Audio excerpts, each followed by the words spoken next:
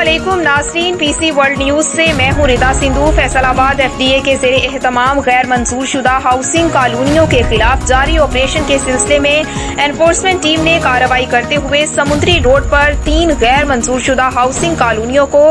सर्व मोहर और गैर कानूनी तामीरात को मस्मार कर दिया। हमारे नुमाइंदे खुसूसी पाकिस्तान गुलाम दस्तगीर की रिपोर्ट के मुताबिक स्टेट ऑफिसर इम्तियाज अली गोराया की सरबराही में एफडीए की एनफोर्समेंट टीम ने चक नंबर 225 रेबे समुद्री रोड की अराजी पर कायम की जाने वाली मुख्तलिफ हाउसिंग स्कीमों को चेक किया तो नेमत टाउन, इनाम विलास और वाहिद टाउन को गैर मंजूर शुदा पाया, जिन्हें पूरी तौर पर सर्व मोहर और गैर कानूनी तामीरात को मस्मार कर दिया। डेवलपर से कहा गया है कि वो हाउसिंग स्कीमों के क़याम के लिए तमाम तर कानूनी तकाज़े पूरे करके बाकायदा मंजूरी हासिल करें ताकि प्राइवेट हाउसिंग स्कीमों के क़याम के उमूर को मुनज़्ज़म और शफाफ रखा जा सके और अवाम को महफूज और मुफीद रिहायशी सहूलियात मुयस्सर आ सकें।